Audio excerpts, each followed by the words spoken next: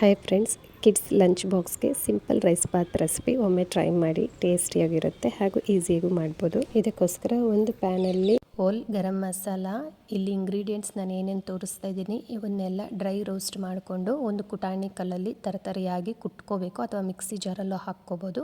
ಆಮೇಲೆ ಒಂದು ಜಾರಲ್ಲಿ 1-2 tomato, 1-2 onion, ಹಾಗೆ ಶುಂಠಿ, ಬೆಳ್ಳುಳ್ಳಿ, ಕೊತ್ತಂಬರಿ, ಪುದೀನ ಈ ಥರ ಸಪ್ರೇಟ್ ರುಬ್ಕೋಬೇಕು. ನಂತರ ಒಂದು ಪ್ಯಾನಲ್ಲಿ ಆಯಿಲ್ ಹಾಕಿ ಆಯಿಲ್ ಹೀಟ್ ಆದಮೇಲೆ ಈ ಥರ ಒಂದೊಂದೇ ಪೇಸ್ಟನ್ನು ಹಾಕ್ಕೊಂಡು ಚೆನ್ನಾಗಿ ಫ್ರೈ ಮಾಡ್ಕೋಬೇಕು. ನಾವು ಹಾಕಿರುವ ಇಂಗ್ರೀಡಿಯೆಂಟ್ಸ್ ಎಲ್ಲ ಚೆನ್ನಾಗಿ ಫ್ರೈ ಆದ ನಂತರ ಕೊನೆಯದಾಗಿ ಹೋಲ್ ಗರಂ ಮಸಾಲಾನ ತರತರಿಯಾಗಿ ಕುಟ್ಕೊಂಡು ಸೇರಿಸ್ಕೋಬೇಕು. ಇದಕ್ಕೆ ಸ್ವಲ್ಪ ಖಾರ ಪುಡಿನೂ ಹಾಕ್ಕೊಂಡು ಒಂದ್ಸರಿ ಚೆನ್ನಾಗಿ ಫ್ರೈ ಮಾಡಿಕೊಂಡ ನಂತರ ನೆನೆಸಿರುವಂತಹ ಅಕ್ಕಿ, ಅರಿಶಿನ ಮತ್ತು ಸಾಲ್ಟು, ಬೇಕಾದಷ್ಟು ನೀರನ್ನ ಹಾಕ್ಕೊಂಡು ಚೆನ್ನಾಗಿ ಕುದಿಸ್ಕೋಬೇಕು. ಕೊನೆಯದಾಗಿ ಸ್ವಲ್ಪ ದಮ್ ಇಟ್ಬಿಟ್ಟು ಬೇಯಿಸ್ಕೊಂಡ್ರೆ ಬಿಸಿ ಬಿಸಿಯಾದಂತಹ ರೈಸ್ ಬಾತ್ ರೆಡಿ ಆಗುತ್ತೆ.